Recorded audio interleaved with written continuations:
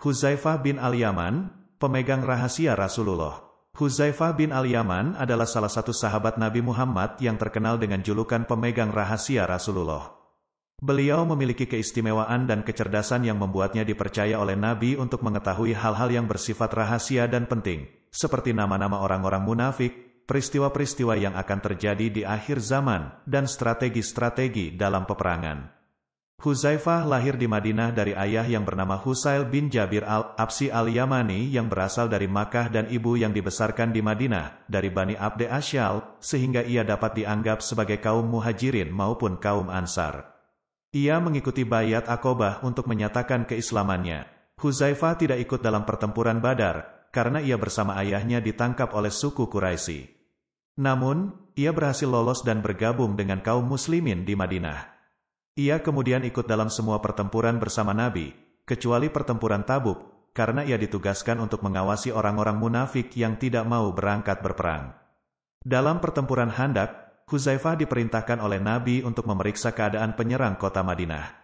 Ia berhasil menyusup ke tengah-tengah pasukan musuh dan mendengar rencana-rencana mereka. Ia juga mengetahui bahwa Abu Sufyan, pemimpin suku Quraisy, berniat untuk menyerang kaum muslimin pada malam hari. Hudzaifah segera melaporkan hal ini kepada Nabi SAW dan mendapat pujian dari beliau. Hudzaifah juga dikenal sebagai orang yang sangat bertanya kepada Nabi tentang hal-hal yang berkaitan dengan keburukan dan fitnah yang akan terjadi di masa depan. Ia ingin mengetahui hal-hal tersebut agar bisa berhati-hati dan menghindarinya. Ia pernah bertanya kepada Nabi tentang tanda-tanda kiamat, tentang ciri-ciri orang-orang yang berdakwah di pintu-pintu neraka, dan tentang cara bertahan dalam kondisi fitnah. Salah satu rahasia yang paling besar yang dipercayakan oleh Nabi kepada Hudzaifah adalah daftar nama orang-orang munafik di Madinah. Nabi memberitahukan nama-nama tersebut kepada Hudzaifah dan melarangnya untuk menyebarkannya kepada siapapun. Hudzaifah menjaga rahasia ini dengan sangat baik, bahkan setelah Nabi wafat.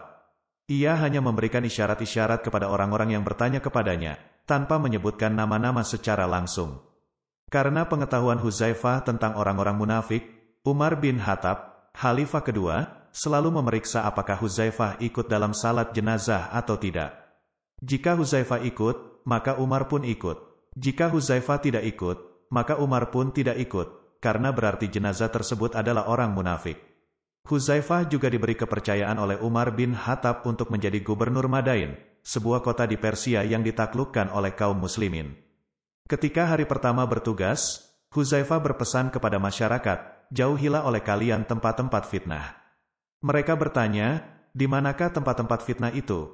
Hudzaifah menjawab, pintu-pintu para pembesar. Kalian masuk menemui mereka dan mengiyakan ucapan palsu serta memuji perbuatan baik yang tidak pernah mereka lakukan.